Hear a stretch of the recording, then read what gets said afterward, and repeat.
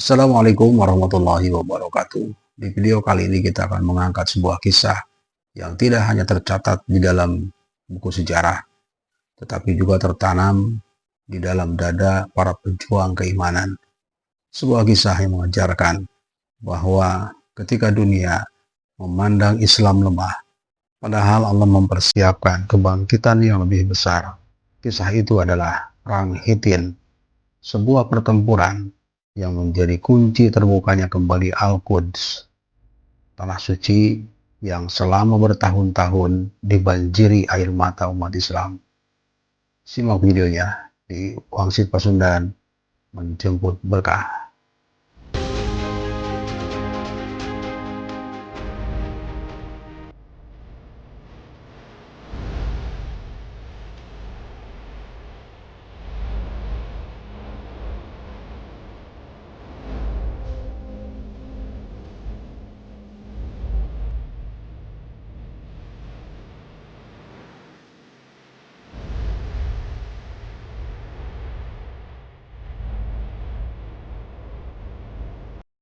Sahabat rahimakumullah, mari kita bayangkan bagaimana keadaan umat Islam sebelum terjadi Perang Hittin. Umat Islam bukan hanya kalah dalam perang, tetapi kalah dalam persatuan. Negeri-negeri Islam tercerai-berai, pemimpin sibuk mempertahankan tahta, ulama menangis dalam sujud, tetapi suara mereka sering dibungkam oleh kepentingan dunia. Dan di atas semua itu, Al-Quds, rumah bagi Masjid Al-Aqsa, berada dalam cengkraman tentara salib. Tempat suci itu dijadikan simbol kekuatan mereka, dan hati umat Islam berlumur luka. Bertahun-tahun lamanya, umat Islam seperti berjalan dalam kegelapan. Namun di tengah redupnya hati, Allah Subhanahu wa Ta'ala menyalakan satu cahaya. Cahaya itu adalah Salahuddin Al-Ayyubi.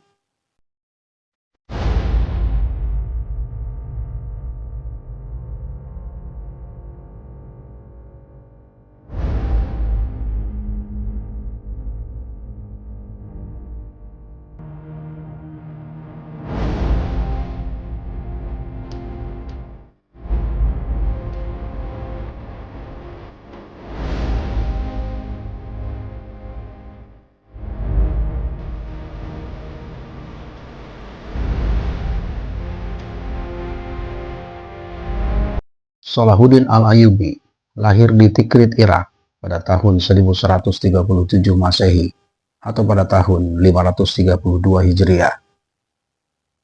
Beliau lahir dari keluarga Kurdi terpandang.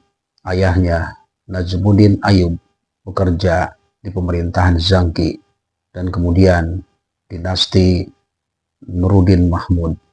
Semasa kecilnya, beliau tidak dikenal sebagai anak yang paling heroik. Namun, ia tumbuh menjadi sosok yang mencintai ilmu, lembut hatinya, serta memiliki kecerdasan yang luar biasa. Dan hingga akhirnya, beliau memiliki karir di bidang militer serta di bidang politik.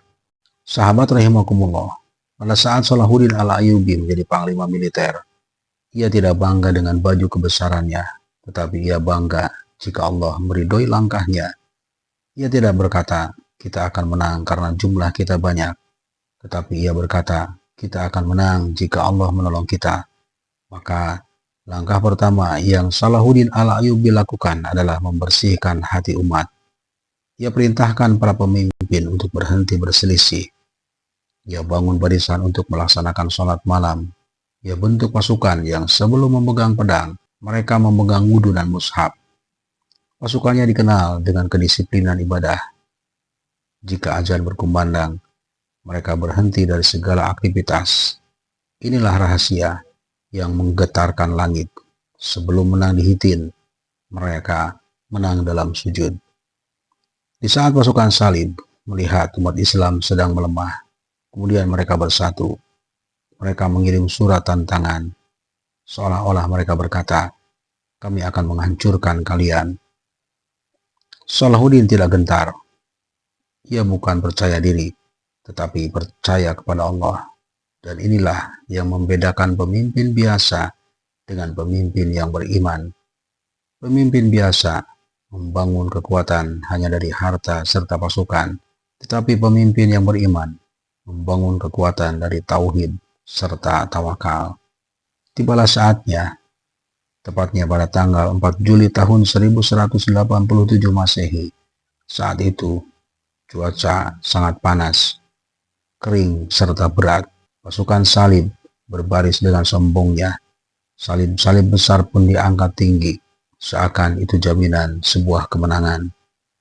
Tetapi mereka tidak tahu bahwa mereka sedang berjalan ke arah yang Allah takdirkan sebagai kekalahan terbesar mereka.